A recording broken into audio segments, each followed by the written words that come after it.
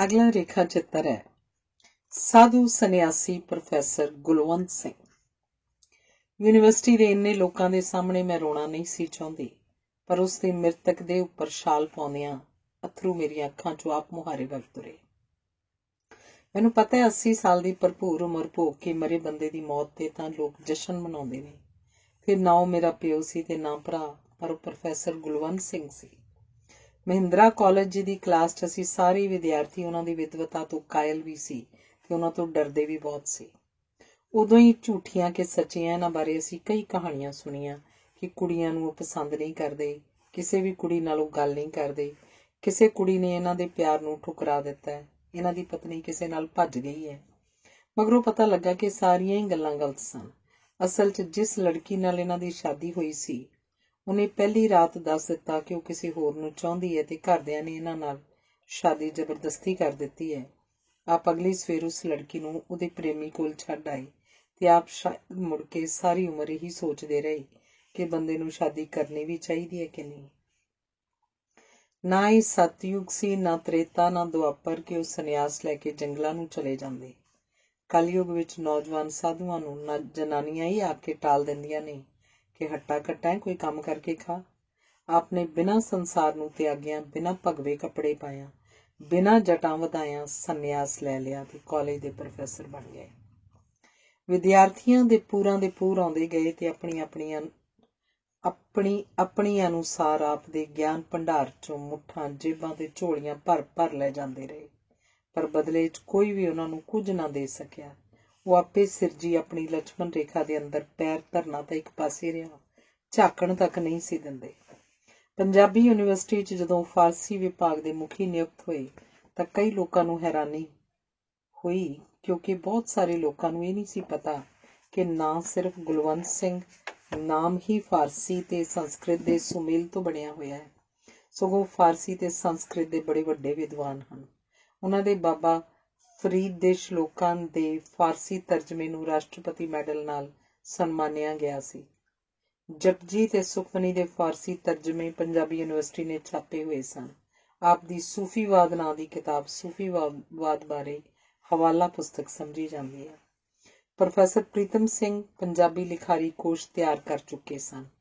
Professor Gulwant Singh ਨੂੰ ਜੀਵਨ ਬਿਉਰਾ ਭੇਜਣ ਲਈ ਕਈ ਚਿੱਠੀਆਂ ਤੇ ਸੁਨੇਹੇ ਭੇਜ ਚੁੱਕੇ ਸਨ, ਪਰ ਉਹਨਾਂ ਨੇ ਇੱਕੋ ਚੁੱਪ ਸਾਧੀ ਹੋਈ ਸੀ, ਜਿਵੇਂ ਆਖ ਰਹੇ ਹੋਣ ਵੇਦਾਂ ਉਪਨਿਸ਼ਦਾਂ ਦੇ ਰਚਨਹਾਰਿਆਂ ਨੇ ਤਾਂ ਕਿਸੇ ਰਚਨਾ ਉੱਪਰ ਆਪਣਾ ਨਾਂ ਨਹੀਂ ਲਿਖਿਆ, ਮੈਂ ਭਲਾ ਕਿਹਦਾ ਪਾਣੀ ਹਾਰਾਂ।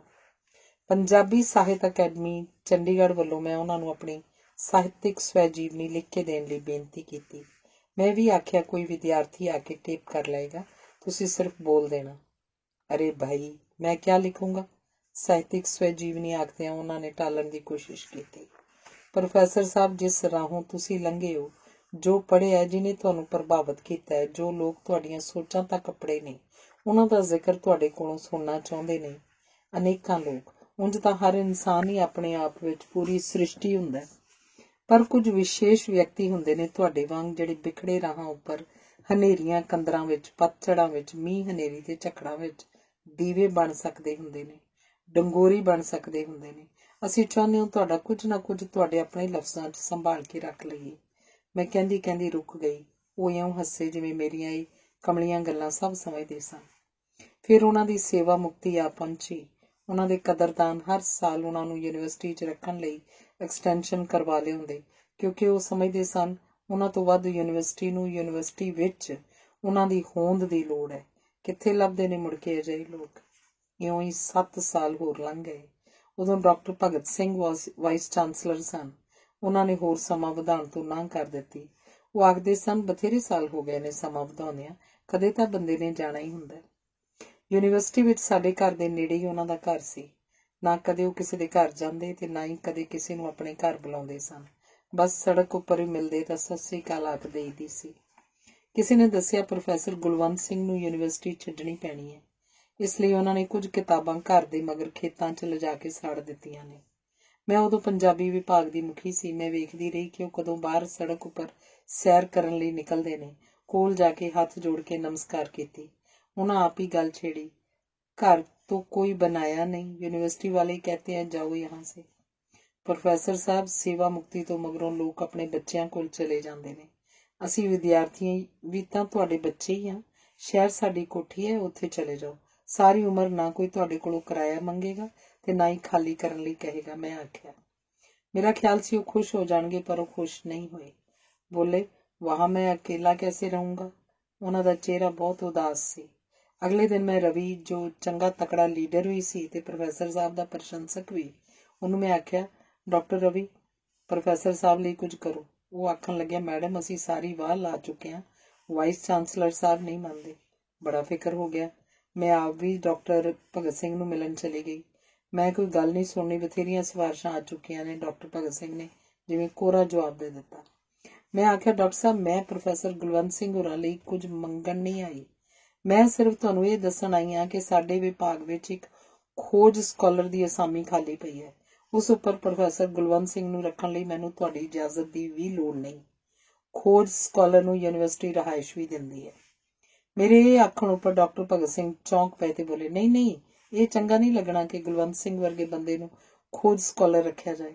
ਜੋ ਚੰਗਾ ਲੱਗਦਾ ਫਿਰ ਉਹੀ ਕਰ ਦਿਓ। ਕੰਮ ਤਾਂ ਕੋਈ ਕਰਦਾ ਨਹੀਂ, ਬਸ ਕਿਤਾਬਾਂ ਪੜ੍ਹਦਾ ਰਹਿੰਦਾ। ਡਾਕਟਰ ਭਗਤ ਸਿੰਘ ਬੋਲੇ, ਇਉਂ ਕਰੋ, ਸਾਡੇ ਵਿਭਾਗ 'ਚ ਉਹਨਾਂ ਨੂੰ ਫਾਰਸੀ ਪੜ੍ਹਾਉਣ ਲਗਾ ਦਿਓ।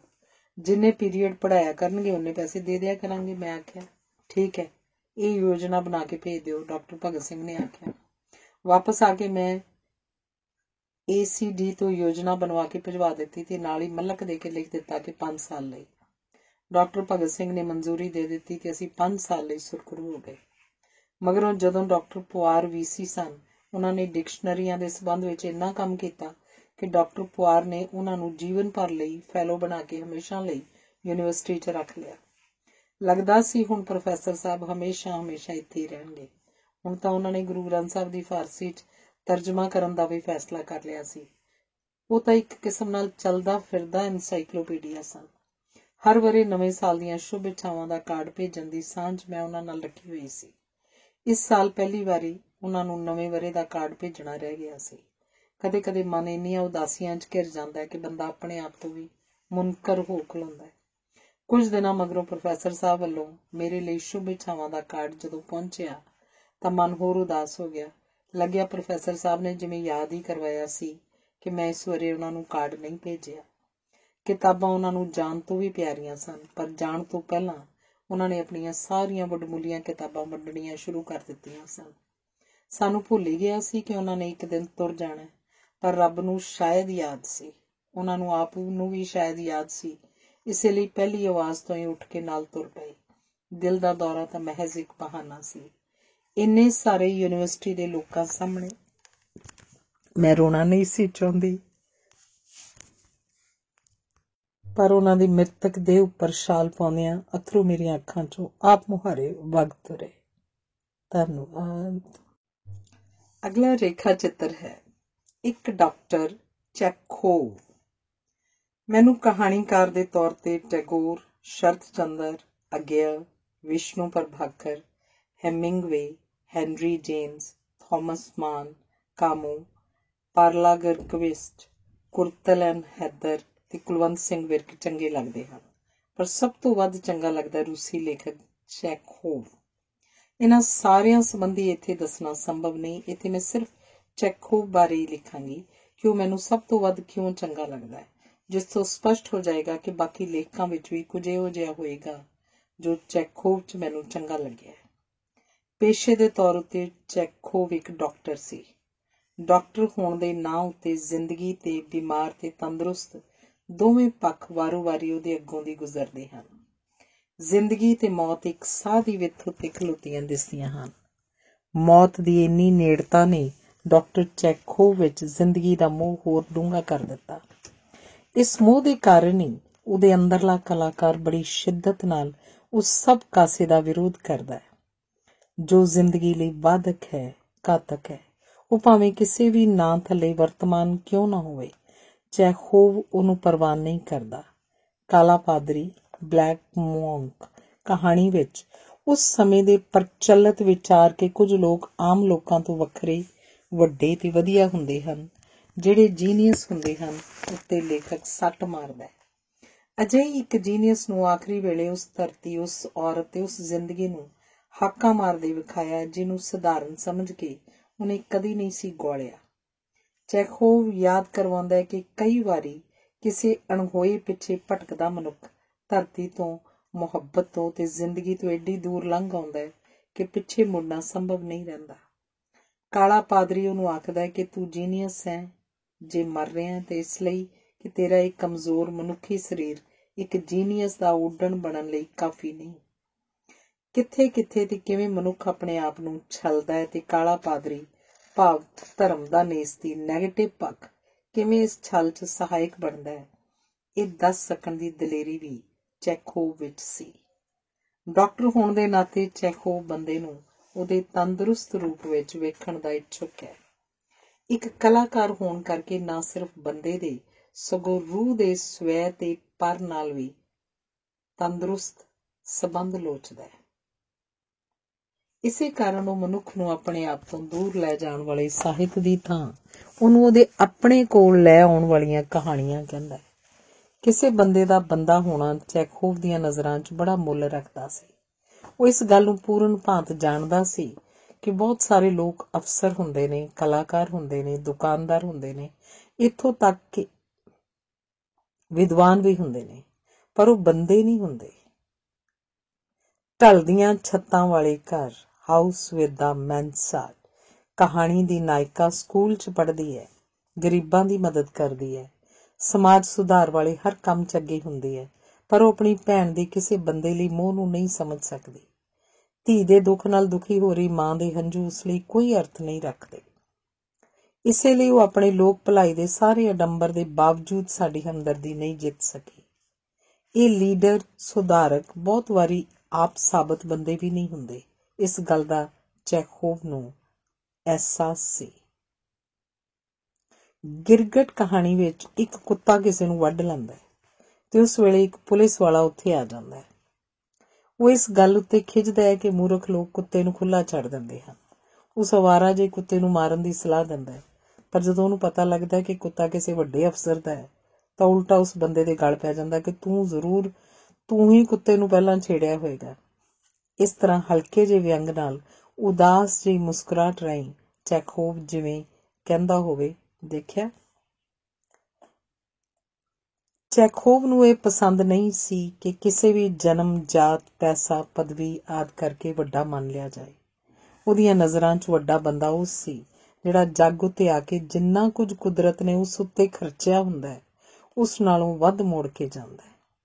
ਤਿਤਲੀ, ਗ੍ਰਾਸਹੌਪਰਸ ਕਹਾਣੀ ਦੀ ਨਾਇਕਾ ਜੋ ਕਲਾਕਾਰਾਂ, ਸਾਹਿਤਕਾਰਾਂ ਤੇ ਸੰਗੀਤਕਾਰਾਂ ਨੂੰ ਵੱਡੇ ਬੰਦੇ ਸਮਝ ਕੇ ਹਮੇਸ਼ਾ ਉਹਨਾਂ ਲਈ ਭਟਕਦੀ ਰਹਿੰਦੀ ਹੈ, ਨੂੰ ਅਖੀਰ ਇਹ ਅਹਿਸਾਸ ਹੁੰਦਾ ਹੈ ਕਿ ਅਸਲ 'ਚ ਵੱਡਾ ਬੰਦਾ ਉਹਦਾ ਪਤੀ ਡਾਕਟਰ ਸੀ, ਜੋ ਤਨੋ ਮਨੋ ਨੇਕ ਨੀਅਤ ਨਾਲ ਆਪਣਾ ਕੰਮ ਕਰਦਾ ਸੀ ਤੇ ਮਨੁੱਖਤਾ ਦਾ ਹਮਦਰਦ ਸੀ, ਜਿਹਦੀ ਕਹਿਣੀ ਤੇ ਕਰਨੀ 'ਚ ਪਾੜ ਨਹੀਂ ਸੀ, ਪਰ ਜਿਸ ਨੂੰ ਉਹ ਹਮੇਸ਼ਾ ਸਧਾਰਨ ਬੰਦਾ ਸਮਝ ਕੇ ਅਣਗੌਲਿਆਂ ਹੀ ਕਰਦੀ ਰਹੀ।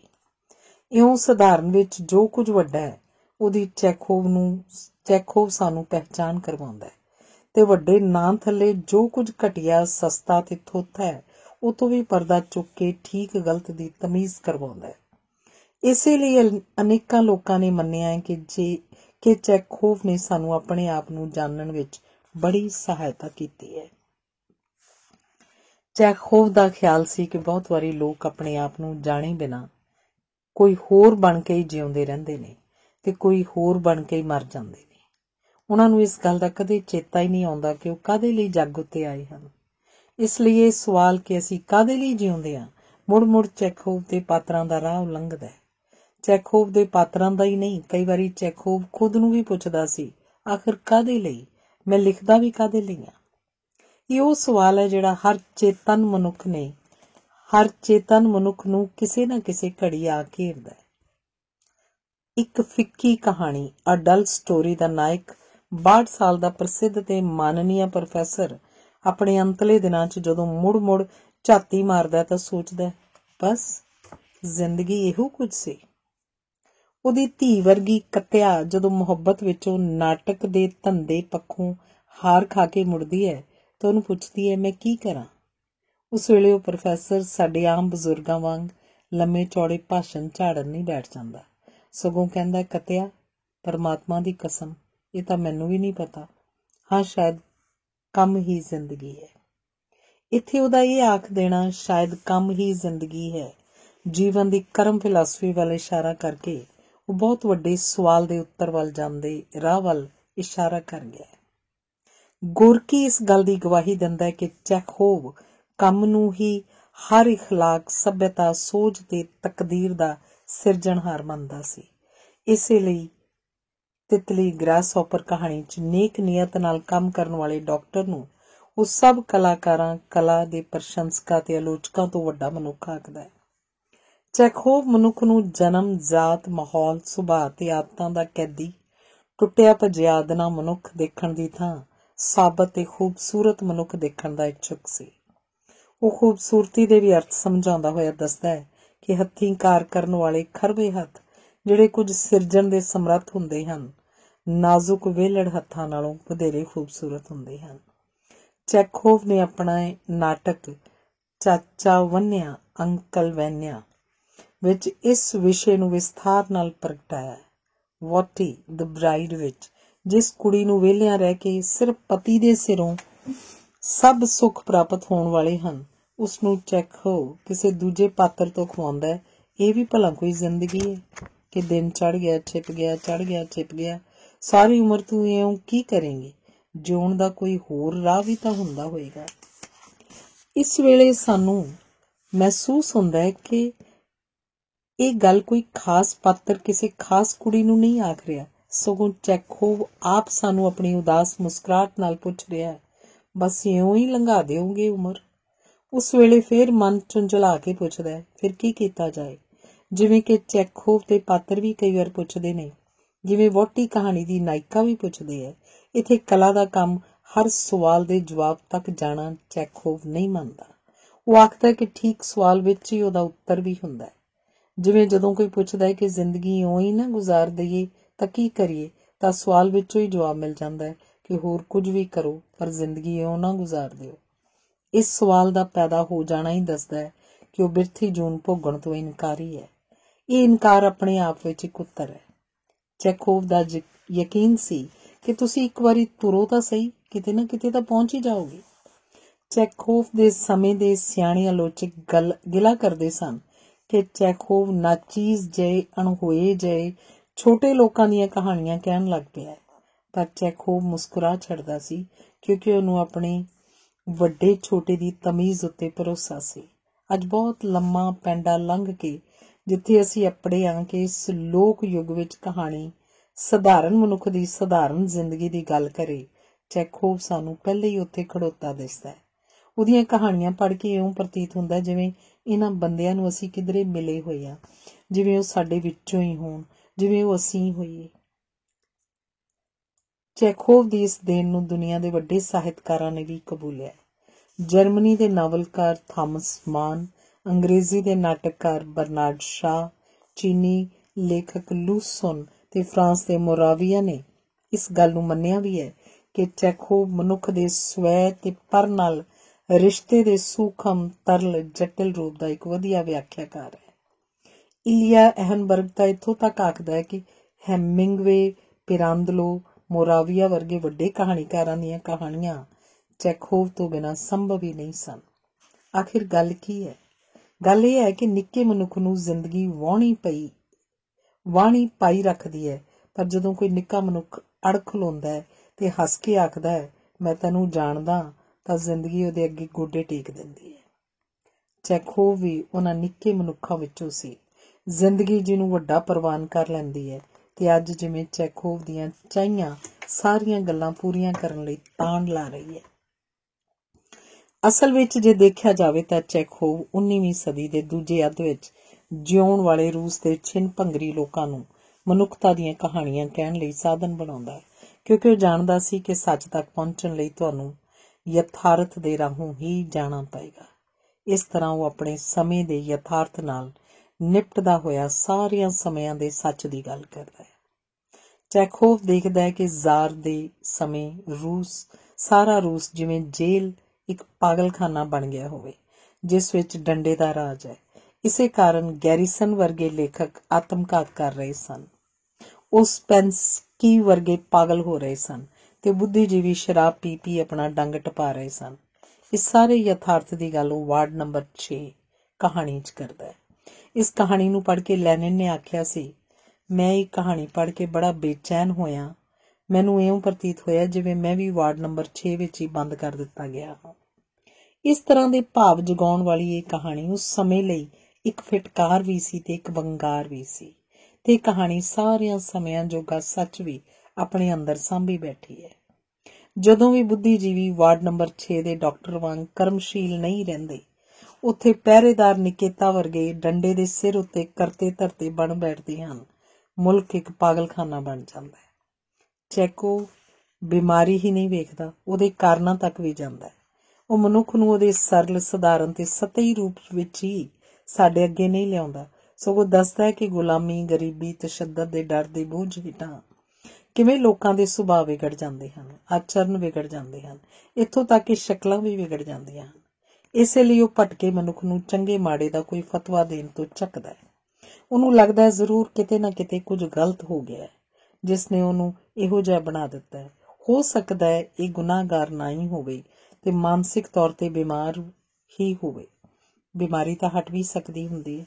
ਇਸੇ ਭਰੋਸੇ ਦੇ ਸਦਕਾ ਉਹ ਸੰਘਰਸ਼ ਡਿਊਲ ਕਹਾਣੀ ਵਿੱਚ ਦੁਸ਼ਮਣੀ ਨੂੰ ਦੋਸਤੀ ਤੇ ਘਟੀਆ ਔਰਤ ਨੂੰ ਵਧੀਆਪਣ ਵਾਲੇ ਪਾਸੇ ਜਾਂਦਿਆਂ ਵਿਖਾ ਕੇ ਮਨੁੱਖੀ ਸੰਭਾਵਨਾਵਾਂ ਵਿੱਚ ਯਕੀਨ ਜਗਾਉਂਦਾ ਹੈ।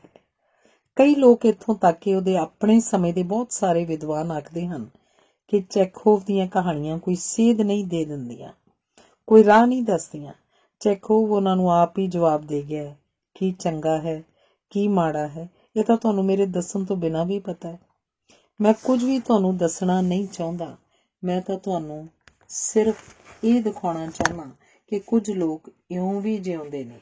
ਉਹ ਵੀ ਖਾ ਕੇ ਚੁੱਪ ਹੋ ਰਹਿੰਦਾ ਹੈ, ਪਰ ਜੋ ਕੁਝ ਉਹਨੇ ਆਖਣਾ ਹੁੰਦਾ ਹੈ ਉਹ ਪਾਠਕ ਖੁਦ ਆਪ ਆਖਣ ਲੱਗ ਪੈਂਦਾ ਹੈ। ਦੁੱਖ ਦ ਗਰੀਫ ਕਹਾਣੀ ਵਿੱਚ ਇੱਕ ਬੁੱਢੇ ਟਾਂਗੇ ਵਾਲੇ ਦਾ ਪੁੱਤ ਮਰ ਜਾਂਦਾ ਹੈ। ਉਹ ਆਪਣੇ ਦੁੱਖ ਦੀ ਗੱਲ ਕਦੇ ਟਾਂਗੇ 'ਚ ਬੈਠੀਆਂ ਸਵਾਰੀਆਂ, ਕਦੇ ਸੜਕ ਉੱਤੇ ਜਾਂਦੇ ਲੋਕਾਂ ਤੇ ਕਦੇ ਪਲੇਟਫਾਰਮ ਉੱਤੇ ਬੈਠੇ ਮੁਸਾਫਰਾਂ ਨੂੰ ਸੁਣਾਉਣ ਦੀ ਕੋਸ਼ਿਸ਼ ਕਰਦਾ ਹੈ, ਪਰ ਕਿਸੇ ਨੂੰ ਉਸ ਨਾਲ ਕੀ, ਕੋਈ ਉਸ ਵੱਲ ਧਿਆਨ ਨਹੀਂ ਦਿੰਦਾ। ਅਖੀਰ ਤਬੇਲੇ ਵਿੱਚ ਆਪਣੇ ਘੋੜੇ ਕੋਲੋਂ ਆਪਣਾ ਦੁੱਖ ਦੱਸਦਾ ਹੈ। ਕਹਾਣੀ ਇੱਥੇ ਮੁੱਕ ਜਾਂਦੀ ਹੈ, ਪਰ ਪਾਠਕ ਦੇ ਮਨ 'ਚ ਤੁਰਦੀ ਰਹਿੰਦੀ ਹੈ, ਜਿਵੇਂ ਚੈਖੋਵ ਪਾਠਕ ਨੂੰ ਜ਼ਰਾ ਕੁ ਮੁਸਕਰਾ ਕੇ ਪੁੱਛ ਰਿਹਾ ਹੋਵੇ, ਤੁਸੀਂ ਲੋਕ ਚੰਗੇ ਹੋ ਕਿ ਘੋੜਾ? ਜਿਵੇਂ ਪਾਠਕ ਕੋਲ ਇਹ ਆਖਣ ਤੋਂ ਸਿਵਾਏ ਕੋਈ ਚਾਰਾ ਹੀ ਨਾ ਰਹਿ ਗਿਆ ਹੋਵੇ ਕਿ ਘੋੜਾ। ਜਾਦੂ ਉਹ ਜਿਹੜਾ ਸਿਰ ਚੜ੍ਹ ਕੇ ਬੋਲੇ। ਇਹ ਚੈਖੋਵ ਦੀ ਕਲਾ ਦਾ ਜਾਦੂ ਹੈ ਕਿ ਜੋ ਕੁਝ ਉਸਨੇ ਆਖਣਾ ਹੁੰਦਾ ਸਾਡੇ ਕੋਲੋਂ ਅਖਵਾ ਲੈਂਦਾ ਹੈ। ਕੁਝ ਵੀ ਨਾ ਆਖ ਕੇ ਬਹੁਤ ਕੁਝ ਕਹਿ ਜਾਣ ਦੀ ਚੈਖੋਵ ਨੂੰ ਚੰਗੀ ਜਾਂਚ ਹੈ। ਮਾਨਸਿਕ ਦੁੱਖ ਕਹਾਣੀ ਵਿੱਚ ਇੱਕ ਬੁੱਢਾ ਆਪਣੀ ਬੁੱਢੀ ਨੂੰ ਟਾਂਗੇ ਵਿੱਚ ਪਾਈ ਹਸਪਤਾਲ ਨੂੰ ਲਈ ਜਾ ਰਿਹਾ ਤੇ ਰਾਹ 'ਚ ਉਹ ਸੋਚਦਾ ਹੈ, 40 ਸਾਲ ਹੋ ਗਏ ਇਹਨੂੰ ਮੇਰੇ ਨਾਲ ਰਹਿੰਦਿਆਂ, ਮੈਂ ਕਦੇ ਇਹਦੀ ਸਾਰ ਨਾ ਲਈ। ਇਸ ਭਲੀ ਮਾਨਸ ਨੂੰ ਮਾਰਦਾ ਕੁੱਟਦਾ ਹੀ ਰਿਹਾ, ਪਰ ਹੁਣ ਇੱਕ ਵਾਰੀ ਇਹ ਬਚ ਜਾਵੇ। ਮੈਂ ਡਾਕਟਰ ਨੂੰ ਆਖਾਂਗਾ ਇਹਨੂੰ ਜ਼ਰੂਰ ਬਚਾ ਲਵੇ। ਬਸ ਕੁਝ ਸਾਲ ਹੀ ਹੋਰ ਮਿਲ ਜਾਣ, ਕਾਸ਼ ਜ਼ਿੰਦਗੀ ਦੁਬਾਰਾ ਸ਼ੁਰੂ ਕੀਤੀ ਜਾ ਸਕੇ। ਪਰ ਉਹ ਬੁੱਢੀ ਰਾਹ 'ਚ ਹੀ ਮਰ ਜਾਂਦੀ ਹੈ। 40 ਸਾਲ ਜਿਵੇਂ ਉਹ ਜਾਗਿਆ ਹੀ ਨਹੀਂ ਸੀ ਤੇ ਜਦੋਂ ਜਾਗਦਾ ਤੇ ਜ਼ਿੰਦਗੀ ਮੌਕਾ ਨਹੀਂ ਦਿੰਦੀ। ਚੈਖੋਵ ਉਸ ਬੁੱਢੇ ਦੇ ਵਿਵਹਾਰ ਬਾਰੇ ਆਪ ਕੁਝ ਨਹੀਂ ਕਹਿੰਦਾ, ਬਸ ਹਮੇਸ਼ਾ ਵਾਂਗ ਚੁੱਪ ਕਰ ਜਾਂਦਾ। ਪਰ ਇੱਥੇ ਪਹੁੰਚ ਕੇ ਪਾਠਕ ਜਿਵੇਂ ਤ੍ਰਹਿ ਕੇ ਜਾਗ ਪੈਂਦਾ ਕਿ ਕੀ ਪਤਾ ਜ਼ਿੰਦਗੀ ਕਦੋਂ ਸਾਡੇ ਕੋਲੋਂ ਸਾਰੇ ਮੌਕੇ ਖੋਹ ਲਵੇ। ਅਸੀਂ ਕਦੇ ਸੋਚਿਆ ਵੀ ਨਹੀਂ ਹੁੰਦਾ ਕਿ ਇੱਕ ਦਿਨ ਸਭ ਕੁਝ ਮੁੱਕ ਜਾਏਗਾ ਤੇ ਉਹ ਦਿਨ ਵੀ ਆ ਪਹੁੰਚਦਾ ਹੈ। ਇਸੇ ਤਰ੍ਹਾਂ ਮਰ ਮਿਟ ਜਾਣ ਵਾਲੇ ਲੋਕਾਂ ਰਾਹੀਂ ਚੈਖੋਵ ਜ਼ਿੰਦਗੀ ਦੇ ਸੱਚ ਨੂੰ ਸਾਕਾਰ ਕਰਦਾ ਹੈ। ਇਸ ਸੱਚ ਦਾ ਕੱਪੜਨਾ ਹੀ ਉਹ ਕਲਾ ਦਾ ਧਰਮ ਸਮਝਦਾ ਹੈ। ਉਹ ਆਖਦਾ, ਤੁਸੀਂ ਆਪਣੇ ਆਪ ਨੂੰ, ਲੋਕਾਂ ਨੂੰ ਤੇ ਇੱਥੋਂ ਤੱਕ ਕਿ ਰੱਬ ਨੂੰ ਵੀ ਧੋਖਾ ਦੇ ਸਕਦੇ ਹੋ, ਪਰ ਕਲਾ ਵਿੱਚ ਝੂਠ ਨਹੀਂ ਚੱਲ ਸਕਦਾ। ਜ਼ਿੰਦਗੀ ਦੇ ਸੱਚ ਨੂੰ ਲੱਭਦਾ ਚੈਖੋਵ ਕਲਾ ਦੇ ਇਸ ਮਿਆਰ ਤੱਕ ਪਹੁੰਚ ਗਿਆ ਹੈ ਤੇ ਉਹੀ ਸੱਚ ਉਹਦੀਆਂ ਕਹਾਣੀਆਂ ਨੂੰ ਮਰਨ ਨਹੀਂ ਦਿੰਦਾ। ਇੱਕ ਫਿੱਕੀ ਕਹਾਣੀ, ਅ ਡਲ ਸਟੋਰੀ ਦੇ ਬੁੱਢੇ ਪ੍ਰੋਫੈਸਰ ਨੇ ਮਰ ਹੀ ਜਾਣਾ ਸੀ ਤੇ ਉਹ ਮਰ ਹੀ ਗਿਆ ਹੋਏਗਾ, ਪਰ ਉਹਦਾ ਸਵਾਲ ਅਜੇ ਵੀ ਜਿਉਂਦਾ ਹੈ ਕਿ ਅਸੀਂ ਕਾਹਦੇ ਲਈ ਜਿਉਂਦੇ ਹਾਂ। ਚੈਖੋਵ ਕੋਲ ਸਿਰਫ ਇੱਕ ਨਜ਼ਰ ਹੀ ਨਹੀਂ ਸੀ, ਇੱਕ ਨੀਝ ਵੀ ਹੈ ਜਿਹੜੀ ਬੰਦੇ ਨੂੰ ਹੀ ਨਹੀਂ, ਬੰਦੇ ਦੇ ਅੰਦਰ-ਬਾਹਰ ਵੀ ਵੇਖ ਲੈਂਦੀ ਹੈ। ਇਸੇ ਲਈ ਉਹਦੀਆਂ ਕਹਾਣੀਆਂ ਦੇ ਪਾਤਰ ਕਿਸੇ ਇੱਕ ਦ੍ਰਿਸ਼ਟੀ ਤੋਂ, ਭਾਵ ਚੈਖੋਵ ਦੇ ਆਪਣੇ ਦ੍ਰਿਸ਼ਟੀਕੋਣ ਤੋਂ ਚਿੱਤਰੇ ਨਹੀਂ ਮਿਲਦੇ, ਸਗੋਂ ਉਹਨਾਂ ਦੀ ਹਰ ਇੱਕ ਦੀ ਆਪਣੀ ਆਪਣੀ ਹਸਤੀ ਹੈ। ਹਰ ਇੱਕ ਦੀ ਆਪਣੀ ਆਪਣੀ ਹਸਤੀ ਹੈ, ਦ੍ਰਿਸ਼ਟੀ ਹੈ ਤੇ ਦ੍ਰਿਸ਼ਟੀਕੋਣ ਹੈ। ਇਸੇ ਲਈ ਸਾਰੇ ਆਪਣੀ ਆਪਣੀ ਥਾਂ ਸੱਚੇ ਜਾਪਦੇ ਹਨ, ਆਪਣੀ ਆਪਣੀ ਥਾਂ ਸਾਰੇ ਠੀਕ ਪ੍ਰਤੀਤ ਹੁੰਦੇ ਹਨ, ਤੇ ਫਿਰ ਵੀ ਕਿਧਰੇ ਕੁਝ ਗਲਤ ਹੋ ਜਾਂਦਾ ਹੈ। ਇਸ ਡੂੰਘਾਈ ਤੱਕ ਜਾਣ ਲਈ ਚੈਖੋਵ ਦੀ ਵਿਸ਼ਵਾਰਥੀ ਕਾਸਮਿਕ ਦ੍ਰਿਸ਼ਟੀ ਚਾਹੀਦੀ ਹੈ। ਉਹਦੀ ਇਸ ਕਿਸੇ ਕਹਾਣੀ 'ਚ ਪਤਾ ਨਹੀਂ ਲੱਗਦਾ ਕਿ ਚੈਖੋਵ ਆਪ ਕਿਸ ਪਾਸੇ ਹੈ। ਉਹ ਇੱਕ ਫਰਾਂਸੀਸੀ ਲੇਖਕ ਦੀ ਆਖੀ ਇਸ ਗੱਲ ਤੋਂ ਚੰਗੀ ਤਰ੍ਹਾਂ ਜਾਣੂ ਲੱਗਦਾ ਹੈ ਕਿ ਲੇਖਕ ਨੂੰ ਲਿਖਤ ਵਿੱਚ ਇਉਂ ਹੋਣਾ ਚਾਹੀਦਾ ਹੈ ਜਿਵੇਂ ਸ੍ਰਿਸ਼ਟੀ ਵਿੱਚ ਰੱਬ, ਜੋ ਸਭ ਥਾਂ ਹੈ ਫਿਰ ਵੀ ਦਿਸਦਾ ਕਿਧਰੇ ਨਹੀਂ। ਉਹ ਕਿਸੇ ਵਿਚਾਰ, ਸਿਧਾਂਤ ਜਾਂ ਵਾਦ ਦੇ ਵੱਸ ਹੋ ਕੇ ਨਹੀਂ ਲਿਖਦਾ, ਸਗੋਂ ਜ਼ਿੰਦਗੀ ਨੂੰ ਉਹਦੀਆਂ ਸਾਰੀਆਂ ਨਿਰਬਲਤਾਵਾਂ ਤੇ ਸੰਭਾਵਨਾਵਾਂ ਸਮੇਤ ਸਾਡੇ ਸਾਹਮਣੇ ਲਿਆਉਂਦਾ ਹੈ। ਇਸੇ ਕਾਰਨ ਉਹਨੂੰ ਗੂੜੇ ਰੰਗਾਂ ਦੀ ਲੋੜ ਨਹੀਂ ਪੈਂਦੀ। ਉਸ ਸਮੇਂ ਵੀ ਜਦੋਂ ਉਹਦੇ ਨੇੜੇ ਹੀ ਟਾਲਸਟਾਏ ਤੇ ਉਹਦੇ ਸਾਥੀ ਜ਼ਿੰਦਗੀ ਲਈ ਧਰਮ ਦੇ ਆਸਰੇ ਦੀ ਗੱਲ ਕਰ ਰਹੇ ਸਨ ਤੇ ਦੱਸ ਰਹੇ ਸਨ ਕਿ ਆਖਰ ਤਾਂ ਮਨੁੱਖ ਨੂੰ 6 ਫੁੱਟ ਹੀ ਧਰਤੀ ਚਾਹੀਦੀ ਹੁੰਦੀ ਹੈ, ਉਸ ਵੇਲੇ ਚੈਖੋਵ ਨੇ ਆਖਿਆ ਸੀ ਕਿ 6 ਫੁੱਟ ਧਰਤੀ ਬੰਦੇ ਲਈ ਨਹੀਂ, ਮੁਰਦੇ ਲਈ ਚਾਹੀਦੀ ਹੁੰਦੀ ਹੈ।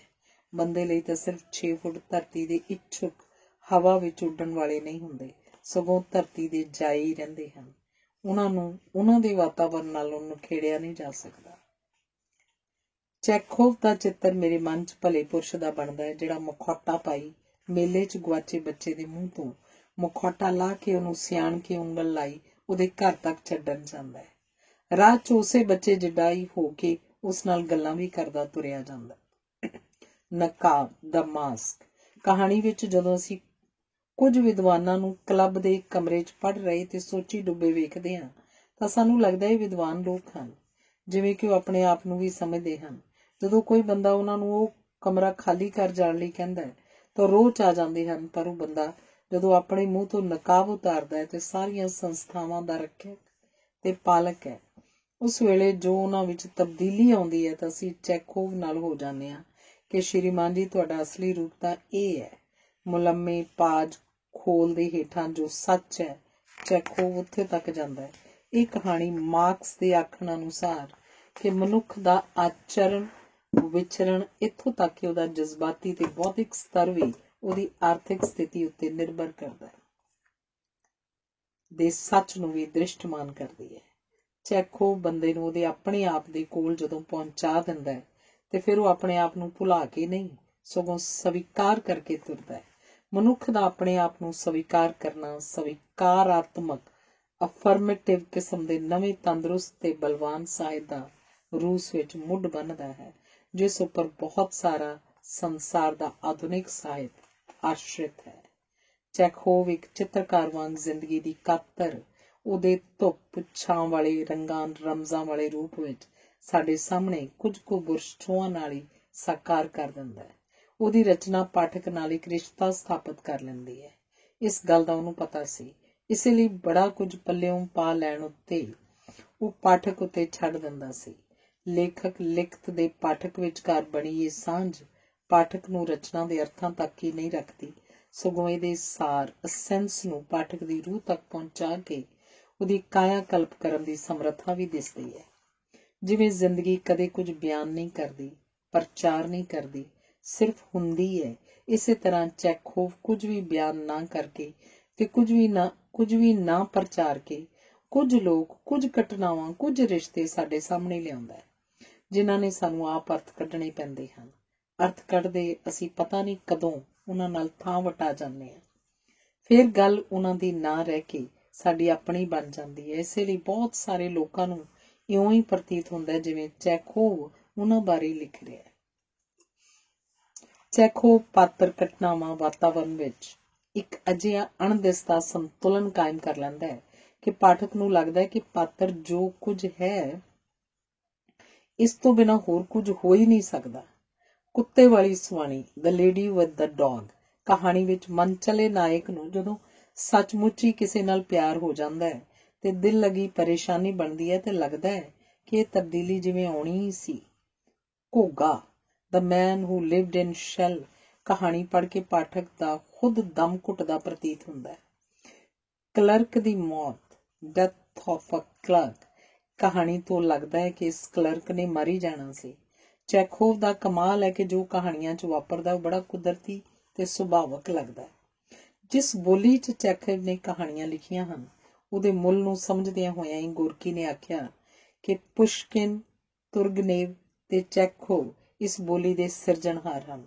ਬੋਲੀ ਦਾ ਸਿਰਜਣਹਾਰ ਬਣਨ ਲਈ ਬੋਲੀ ਦੀ ਰੂਹ ਤੱਕ ਪੜ੍ਹ ਕੇ, ਉਹਦੀ ਸਮਰੱਥਾ ਦੀ ਥਾਹ ਲੈ ਕੇ, ਉਹਦੇ ਪ੍ਰਚਲਿਤ ਰਵਾਇਤੀ ਰੂਪ ਤੋਂ ਅਗਾਂਹ ਲੰਘ ਕੇ, ਸ਼ਬਦਾਂ ਨੂੰ ਨਵੇਂ ਅਰਥ ਦੇ ਕੇ ਕਿਸੇ ਵੱਡੀ ਸਿਰਜਣਾ ਦੇ ਸਮਰੱਥ ਕਰਨਾ ਹੁੰਦਾ ਹੈ। ਚੈਖੋਵ ਜ਼ਰੂਰ ਇਸ ਵਿੱਚ ਸਫਲ ਹੋਇਆ ਹੋਵੇਗਾ, ਤਦ ਹੀ ਤਾਂ ਉਹਦੇ ਸਮਕਾਲੀ ਲੇਖਕ ਗੋਰਕੀ ਨੇ ਉਹਦੀ ਦੇਣ ਨੂੰ ਕਬੂਲਿਆ ਹੈ। ਚੈਖੋਵ ਦੇ ਕਹਿਣ ਢੰਗ ਨੂੰ ਮੋਰੀਆਕ ਨੇ ਮੋਜ਼ਾਰਟ ਨਾਲ ਤੁਲਨਾ ਦਿੱਤੀ ਹੈ। ਜ਼ਿੰਦਗੀ ਦੀ ਗਤੀ ਤੇ ਇਹਦੇ ਅੰਤਰਗਤ ਸੰਤੁਲਨ ਤੋਂ ਪੈਦਾ ਹੋਈਆਂ ਮੱਧਮ ਧੀਮੀਆਂ ਸੁਰਾਂ ਦੇ ਸੰਗੀਤ ਤੱਕ ਚੈਖੋਵ ਦੀ ਪਹੁੰਚ ਸੀ। ਇਸੇ ਕਾਰਨ ਜਿਵੇਂ ਕਿ ਢਲਵੀਆਂ ਛੱਤਾਂ ਵਾਲੇ ਘਰ ਦਾ ਹਾਊਸ ਵਿਦ ਦਾ ਮੈਨਸਰਡ ਕਹਾਣੀ ਵਿੱਚ ਸਾਨੂੰ ਇਉਂ ਪ੍ਰਤੀਤ ਹੁੰਦਾ ਹੈ ਜਿਵੇਂ ਚੈਖੋਵ ਜ਼ਿੰਦਗੀ ਦੀ ਕਵਿਤਾ ਦੀ ਗੱਲ ਕਰ ਰਿਹਾ ਹੋਵੇ, ਨਹੀਂ ਜਿਵੇਂ ਕਵਿਤਾ ਕਹਿ ਰਿਹਾ ਹੋਵੇ। ਚੈਖੋਵ ਇੱਕ ਅਤ ਸੂਖਮ ਭਾਵੀ, ਤੀਖਣ ਬੁੱਧੀ ਵਾਲਾ ਸਾਊ ਜਿਹਾ ਬੰਦਾ ਸੀ। ਉਹ ਇਸ ਰੰਗਾਂ, ਸੁਗੰਧਾਂ ਤੇ ਸੁਰਾਂ ਵਾਲੇ ਜੱਗ ਨੂੰ ਖੁਰ ਰਹੇ ਰੰਗਾਂ, ਮਰ ਰਹੀਆਂ ਮਹਿਕਾਂ ਤੇ ਗੁਆਚ ਰਹੀਆਂ ਸੁਰਾਂ ਦੇ ਰੂਪ ਵਿੱਚ ਵੀ ਤੱਕਦਾ ਹੈ ਤੇ ਜ਼ਰਾ ਕੁ ਮੁਸਕਰਾ ਕੇ ਆਖਦਾ ਹੈ, ਨਹੀਂ ਇਉਂ ਨਹੀਂ, ਆਉਣ ਵਾਲੇ ਵਰ੍ਹਿਆਂ 'ਚ ਜ਼ਿੰਦਗੀ ਬੜੀ ਖੂਬਸੂਰਤ ਹੋਏਗੀ। ਉਦੋਂ ਲੋਕ ਸਾਡੇ ਵਾਂਗ ਰਾਤ ਭਰ ਪਾਸੇ ਨਹੀਂ ਪਲਟਿਆ ਕਰਨਗੇ, ਸਗੋਂ ਠੀਕ ਤੇ ਬੇਠੀਕ ਦੀ ਪੂਰੀ ਪਹਿਚਾਨ ਕਾਰਨ ਉਹ ਆਰਾਮ ਨਾਲ ਸੌਂ ਜਾਇਆ ਕਰਨਗੇ। ਅੱਜ ਤੋਂ 50 ਸਾਲ ਨੂੰ ਜ਼ਿੰਦਗੀ ਬੜੀ ਖੂਬਸੂਰਤ ਹੋਏਗੀ। ਭਾਵੇਂ 2 ਜੁਲਾਈ 1904 ਨੂੰ ਚੈਖੋਵ ਮਰ ਗਿਆ, ਪਰ ਚਾਨਣ ਦੀ ਟੋਲ ਵਿੱਚ ਹਨੇਰੇ ਰਾਹੋਂ ਲੰਘਦਿਆਂ ਉਹਦੀਆਂ ਕਹਾਣੀਆਂ ਅੱਜ ਵੀ ਸਾਡੇ ਨਾਲ ਤੁਰ ਰਹੀਆਂ ਹਨ।